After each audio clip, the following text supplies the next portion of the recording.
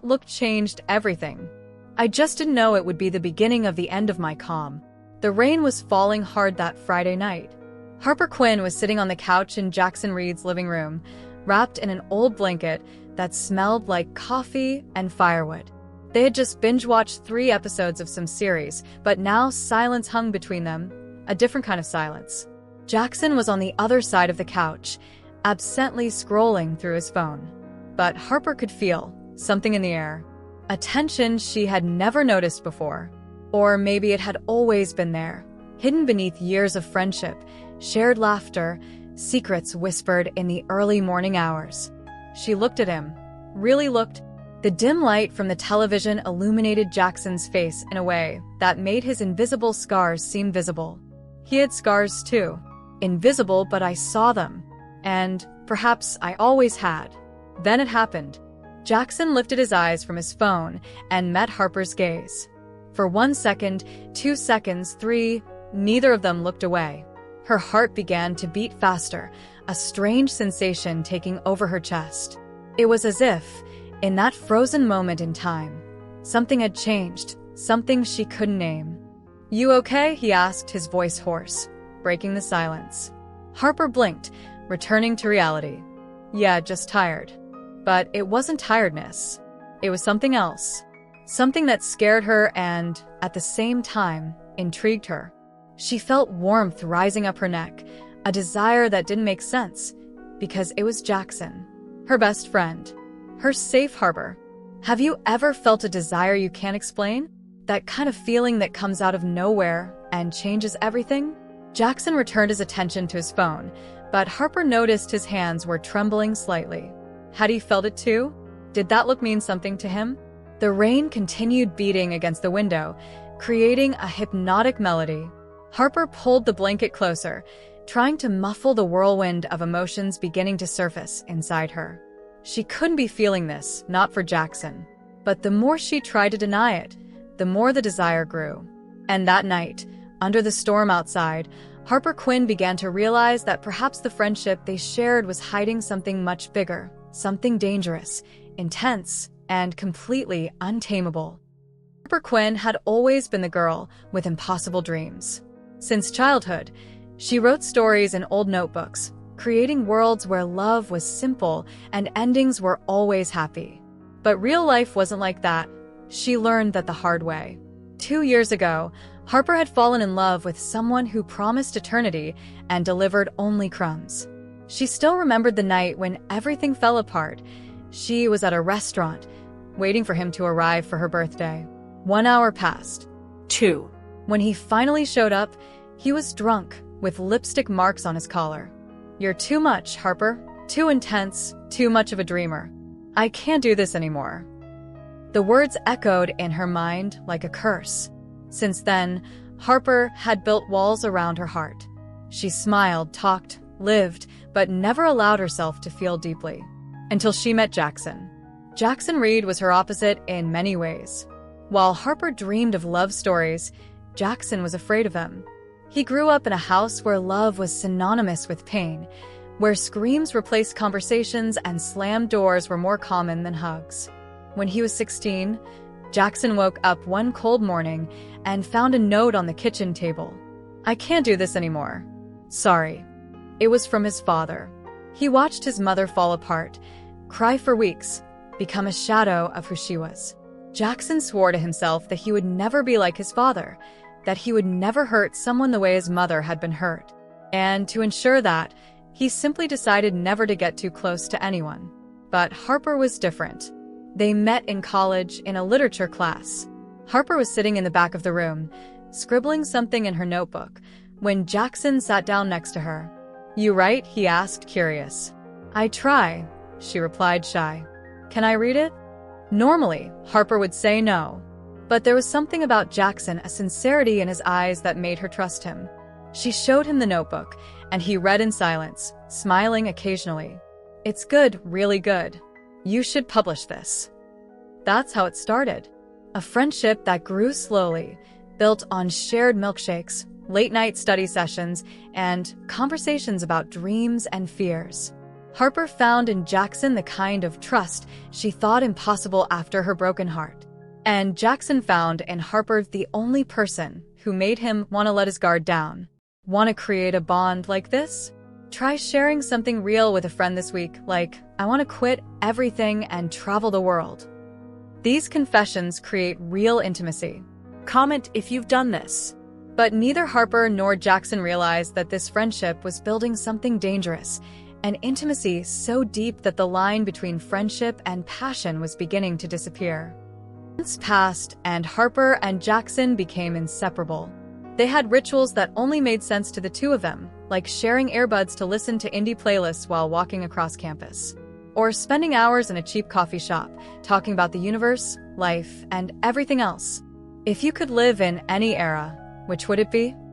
Harper asked one afternoon, stirring her already cold coffee. Jaxon thought for a moment. I think I'd stay here, now, with you. Harper felt her heart tighten. He said it in such a natural, sincere way that she almost believed it meant more than friendship. But she quickly pushed the thought away. She couldn't ruin what they had. Jaxon was her safe harbor. When Harper felt overwhelmed, when insecurities hit hard, Jaxon was there. He would show up with coffee in hand, sit beside her in silence, and somehow, that was enough. And Harper was Jackson's refuge. With her, he didn't need to pretend everything was okay. He could talk about the father who abandoned him, about the fear of becoming like him, about the nightmares that still haunted him. Harper listened without judging, just holding his hand when words became too difficult. Want to strengthen a friendship? Create a simple ritual with someone close, like having coffee every Thursday or listening to a playlist together. It could be something by The Weeknd or Lana Del Rey. Comment what your ritual would be. But there were moments when something changed. A touch that lasted a second too long. A look that carried something unspoken. A closeness that made Harper's heart race. One night, they were in Harper's apartment, watching a movie. She was curled up on the couch, and Jaxon was next to her. So close, she could feel the heat from his body. During a sad scene, Harper began to cry, silent tears streaming down her face. Jaxon noticed. Without saying anything, he extended his arm and pulled Harper close, embracing her. She nestled into him, feeling his chest rise and fall with his breathing. And for a moment, Harper wished that moment would never end. Thanks for being here, she whispered. Always, Jaxon replied, his voice low. Harper closed her eyes, allowing herself to feel that intimacy, that trust. But deep down, she knew something was changing, and she wasn't sure if she was ready to face what came next. Part 4. The First Crack. Everything started to change one October night. Harper and Jaxon were at a birthday party for a mutual friend. The music was loud, people were laughing and dancing, but Harper felt out of place. She was leaning against a wall, watching everything with a juice cup in her hand, when a girl approached Jaxon. She was beautiful, blonde hair, confident smile, the kind of person who seemed to shine in any environment. Harper saw when the girl touched Jackson's arm, laughing at something he said. And then, without warning, she leaned in and kissed Jaxon. Harper's heart stopped. She shouldn't care. Jaxon was her friend, nothing more. He had the right to kiss whoever he wanted. But the pain she felt in that moment was so intense she could barely breathe. Jaxon reciprocated the kiss for a few seconds before pulling away, looking confused. He searched for Harper with his eyes across the room, but she had already left. Harper walked quickly through the dark streets, tears streaming down her face. She didn't understand why she was so shaken, or maybe she did, but didn't want to admit it. Seeing Jaxon with someone else had awakened something in her, a desire she had tried to ignore for months. She was in love with him. The realization hit Harper like a punch to the stomach. She stopped in the middle of the street, her hands trembling. How had this happened? When had she crossed that invisible line between friendship and passion? But before she could process everything, her phone vibrated. It was Jaxon. "Where are you? I'm worried." Harper didn't respond. She didn't know what to say. The next day, Harper received another piece of news that changed everything. Jaxon had been invited to an internship program in another city, an incredible opportunity that could change his career. He was excited, but also confused. "I don't know if I should accept," Jaxon said when they met at the coffee shop. "It's far 6 months at least." Harper forced a smile. "You should accept. It's an incredible opportunity. But what about you?" "I'll be fine," she lied.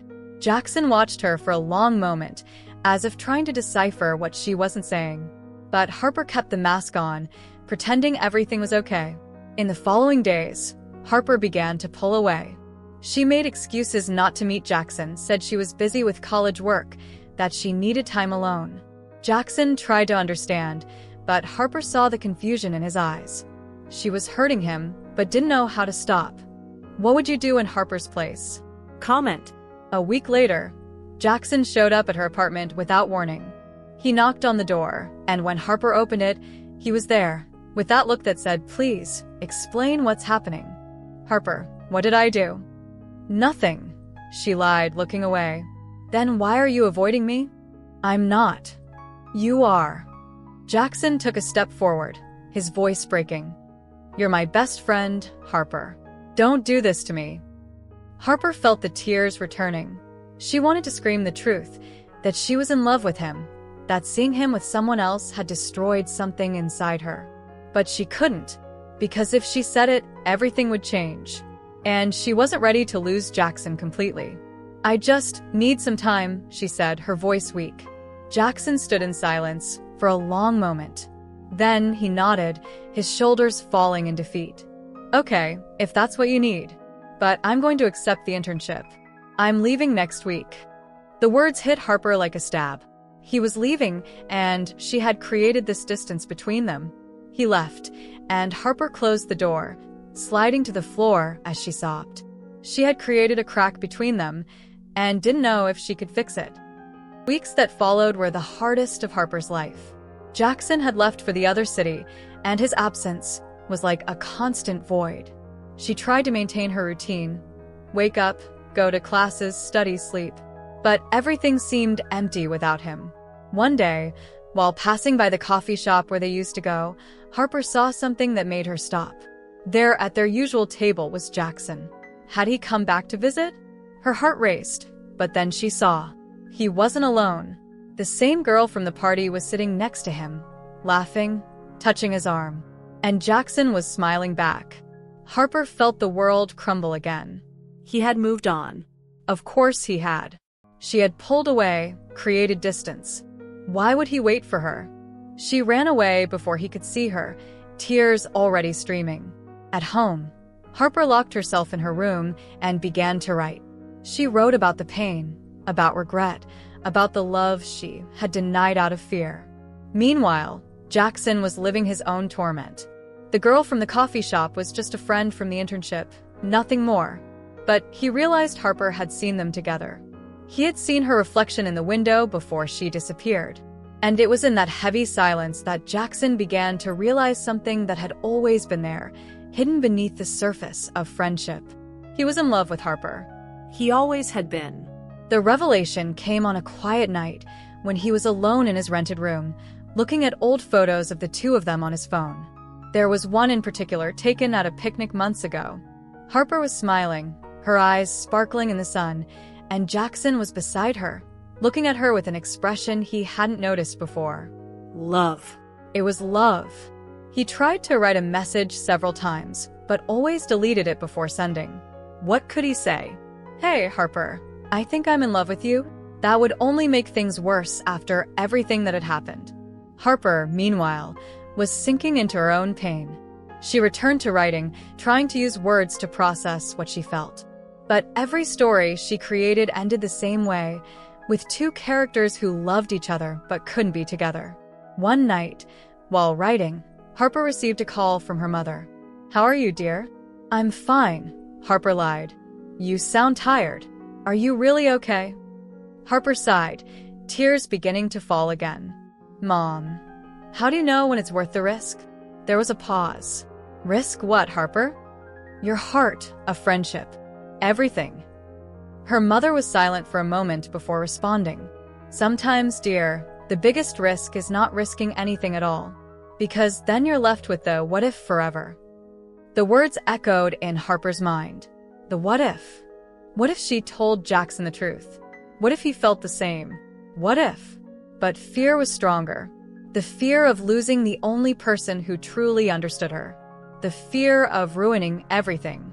Today, send a message to someone you pushed away and tell them you miss them. Comment if you did it. Meanwhile, Jaxon made a decision. He couldn't continue like this, in silence, consuming himself with uncertainties. He needed to talk to Harper, even if it meant risking everything. But before he could act, something happened that would change everything. Harper received the news on a cold November morning. Her grandmother, the only person in the family who truly understood her dreams of being a writer, had passed away. The news came through a call from her mother, and Harper felt the ground disappear beneath her feet. She needed to go home, to the countryside 3 hours away. She needed to be with family, face the pain of loss. But the first person she thought of reaching out to was Jaxon. Without thinking twice, Harper grabbed her phone and typed, "My grandmother died. I need you." The response came in seconds. "I'm coming back. Wait for me." 3 hours later, Jaxon was at her apartment door. He had dropped everything and come back. When Harper opened the door, he said nothing, just pulled her into a tight embrace. And Harper broke down. She cried in his arms, releasing all the pain she had been holding, not just for her grandmother, but for everything.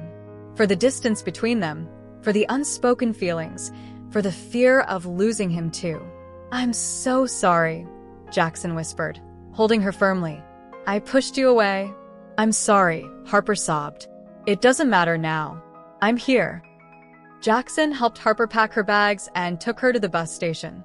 On the way, they really talked for the first time in weeks.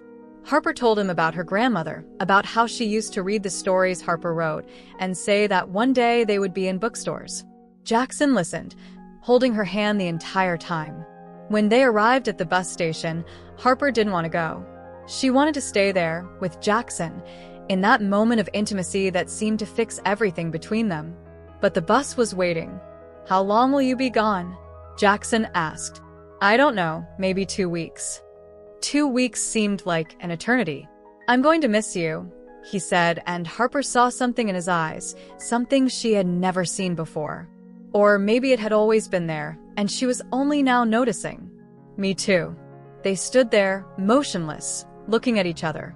Harper felt the desire returning, that urge to get closer, to kiss him, to finally admit what she felt. But fear was still there, paralyzing her. The loudspeaker announced the bus departure. Harper sighed, grabbing her backpack. "I need to go." "Take care of yourself, okay?" Jaxon said, his voice hoarse. Harper nodded, turning to board the bus. But before she could take the first step, Jaxon grabbed her arm, pulling her back. He hugged her again, tighter this time, as if he didn't want to let her go. "Harper," he began, but stopped, words stuck in his throat. "What?" she asked, her heart racing.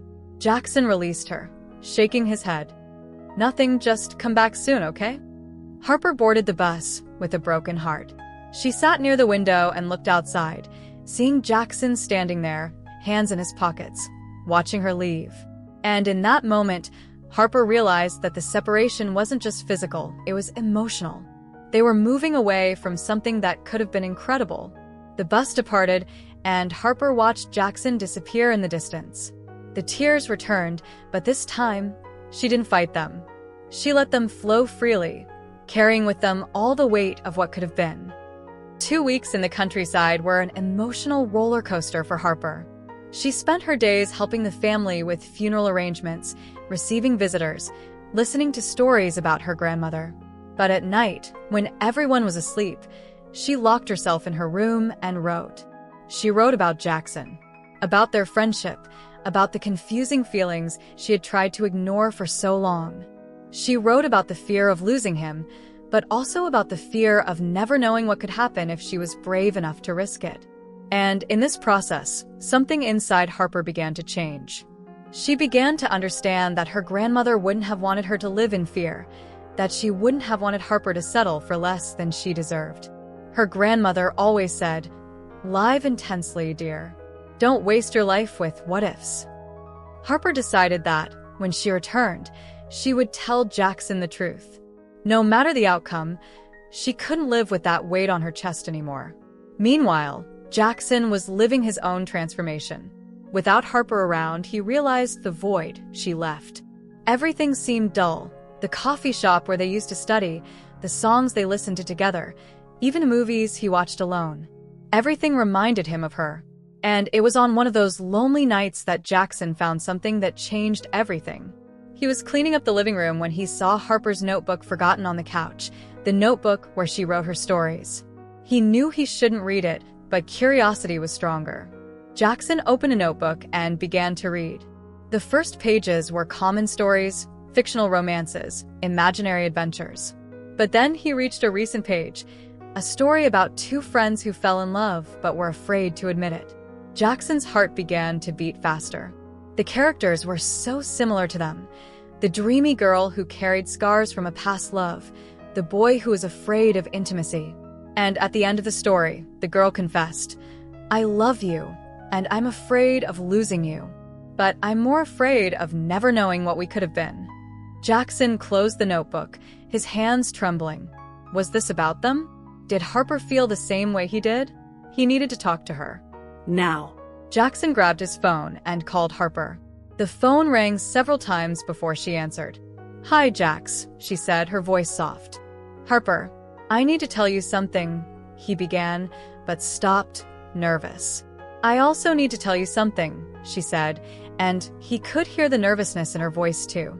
They stood in silence for a moment, both waiting for the other to speak. Then, at the same time, they said, "I'm in love with you." The silence that followed was deafening. Harper felt her heart stop, barely believing what she had just heard. Jaxon was in love with her too? "Wait, you said what?" Harper asked, her voice trembling. "I said I'm in love with you, Harper. And I think I always have been." Tears began to stream down Harper's face, but this time they were tears of relief, of happiness. "Me too, Jax. Me too."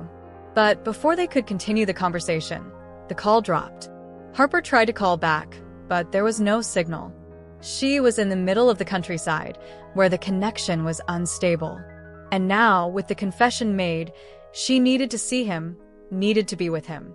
Only 2 days left until she returned. 2 days that seemed like an eternity. Harper returned to the city on a rainy afternoon. The bus stopped at the station, and she got off quickly, her heart pounding. She hadn't told Jaxon she was coming back early. She wanted to surprise him. She took a taxi to Jackson's apartment, her hands trembling with anxiety. After the confession over the phone, they had exchanged a few messages, but nothing compared to what she wanted to say in person. When she arrived, Harper ran up the stairs, the rain wetting her hair. She knocked on the door, and seconds later, Jaxon opened it. He was wearing a hoodie and his hair was messy, but to Harper, he had never looked more perfect. "Harper," he said, surprised. "You came back early." "I couldn't stay away," she admitted, her voice trembling. Jaxon pulled her inside, closing the door behind them. They stood there, motionless, looking at each other, the air charged with tension and desire. Harper could feel her heart beating so hard she thought it would explode. "Jax, about what you said on the phone." "I meant every word," he interrupted, taking a step forward. "I'm in love with you, Harper. And I know this changes everything between us, but I can't pretend anymore."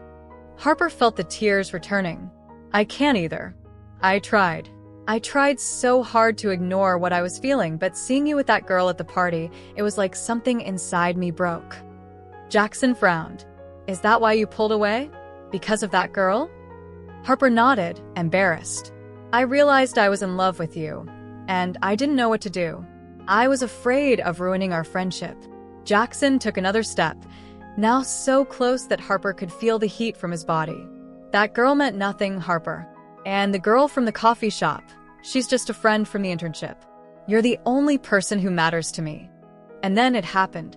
Jaxon extended his hand, touching Harper's face with a gentleness that made her tremble. His touch was like fire, burning all the barriers she had built. Harper closed her eyes, allowing herself to feel, really feel. Harper, Jaxon whispered, his voice hoarse. Can I kiss you? She opened her eyes, meeting his gaze. And in that moment, everything she had repressed, all the desire, all the passion, all the intimacy they had shared for months, came to the surface. Yes, she whispered back. Jaxon leaned in, his lips meeting hers in a kiss that was everything, soft, intense, full of unspoken promises. Harper felt her legs weaken, but Jaxon held her, pulling her closer. The kiss deepened, and Harper lost herself in it, in the sensation, in the heat, in the passion she had tried to deny for so long. When they finally pulled apart, both were breathless. Harper rested her forehead against his, eyes closed, still processing what had just happened. That was it, she whispered. That was what I was feeling, this desire. Jaxon smiled, kissing her forehead. Me too. Always. They stood there, embraced, while the rain continued beating outside. And for the first time in months, Harper felt that everything made sense. The shock of that kiss, of that touch, had awakened something inside her that could no longer be ignored. And she didn't want to ignore it. She wanted to live, intensely, without fear. Have you ever lived a moment that changed everything? Comment. Days that followed were like a dream for Harper and Jaxon. They spent every free moment together, exploring this new dynamic between them. It wasn't just friendship anymore, it was something deeper, more intense. It was passion, desire, trust, all mixed in a combination that seemed perfect. But like every story, not everything was simple. One night, while lying on the couch in Harper's apartment, Jaxon was quiet for a long time. Harper noticed something was bothering him. What's wrong? She asked, turning to look at him. Jaxon sighed, his eyes fixed on the ceiling. I'm scared, Harper. Scared of what? Of hurting you. Of ruining this. Of being like my father. Harper sat up, taking his hand. Jax, you're not your father. You never have been. But what if I am? What if one day I wake up and realize I can't do this, that I can't love you the way you deserve? Harper felt her heart tighten. She knew Jaxon carried these scars, the fear of becoming the person he most despised. But she also knew he was different. Jax, look at me, she said, forcing him to meet her eyes. You're the most incredible person I know. You supported me when I was destroyed. You made me believe in myself again. You're not your father. You're so much better than that. Jaxon closed his eyes, tears beginning to fall. I just don't want to lose you. You won't lose me, Harper promised, kissing his forehead. We're going to face this together, okay? All the scars, all the fears, together. Jaxon opened his eyes, and Harper saw the vulnerability there. The same vulnerability he always hid from everyone, but never from her. And you, he asked, his voice low. Are you scared too? Harper nodded, feeling a lump in her throat. I am. I'm afraid of not being enough again. I'm afraid that one day you'll realize I'm too much, too intense, too much of a dreamer. That's what he said, my ex. And I believed it for so long. Jaxon sat up quickly, taking Harper's face in his hands. Harper Quinn, you listen to what I'm going to say now, and listen well. You're not too much. You're exactly what I need. Your intensity, your dreams, all of it. That's what makes you incredible. And any idiot who didn't see that didn't deserve you. Tears began streaming down Harper's face. No one had ever said something like that to her. No one had validated who she was so completely. I love you, she whispered, the words coming naturally. I love you, Jax. Truly. I love you too, he responded, pulling her into a kiss full of promises. And we're going to make this work. Together. They spent the rest of the night talking about fears, about scars, about how they would build something new on top of the ruins each of them carried. And for the first time, both felt they weren't alone. They had each other, and that was everything. But there was one last thing that needed to be resolved. The next day, Harper woke up with a clear idea in mind. She grabbed the notebook where she used to write and began scribbling. It wasn't a fictional story this time. It was the story of her and Jaxon. The friendship that transformed into passion. The shock of that moment that changed everything. the fears they faced together. She wrote for hours, pouring her heart onto the pages. And when she finished, she knew what she needed to do. Harper found Jaxon at the coffee shop where they used to study. He was sitting in their usual corner, working on his laptop. When he saw her, his face lit up. "Hi," he said, smiling. "I missed you." "We saw each other yesterday," Harper laughed, sitting down next to him. "I know, but I still missed you." Harper smiled, her heart warming. She pulled the notebook from her backpack and placed it on the table. "I wrote something, and I want you to read it." Jaxon frowned, curious. He took the notebook and began to read. Harper watched his face change from curiosity to surprise, from surprise to emotion. When he finished, there were tears in his eyes. "Harper, this is beautiful," he said, his voice hoarse. "It's about us." "It is," she confirmed. "Our story. I want to publish this, Jax. I want the world to know that it's possible to find love even when you're broken. That it's possible to overcome fears and build something incredible." Jaxon closed the notebook, holding her hand. "Then publish it. I'm with you every step of the way." Harper felt the tears returning, but they were tears of happiness. She had found not just love. She had found someone who supported her, who believed in her, who saw her for what she truly was. And together, they were ready to face anything. 6 months later, Harper was sitting in a small bookstore in the center of the city. In her hands, she held a book, her book. Untamed Desires, a story of friendship and passion, was printed on the cover, and she still couldn't believe it was real. Jaxon was beside her, holding her hand as people began to enter for the launch. Friends, family, even some strangers who had heard about the story. When it was time to speak, Harper stood up, her heart pounding. She looked at Jaxon, who smiled encouragingly, and then began. "Thank you all for coming. This book, it's not just a fictional story. It's my story. It's about how I found love when I least expected it, in someone who is always by my side. It's about overcoming fears, facing scars, and having the courage to feel, even when it hurts." Harper paused, looking at Jaxon again. "It's about learning that friendship and passion aren't opposites. They can coexist, transform, create something even more beautiful." People applauded, and Harper felt tears of happiness streaming down. After the event, as they walked through the city hand in hand, Jaxon stopped and pulled Harper close. "I'm proud of you," he said, kissing her forehead. "Our story is still being written," Harper replied, smiling.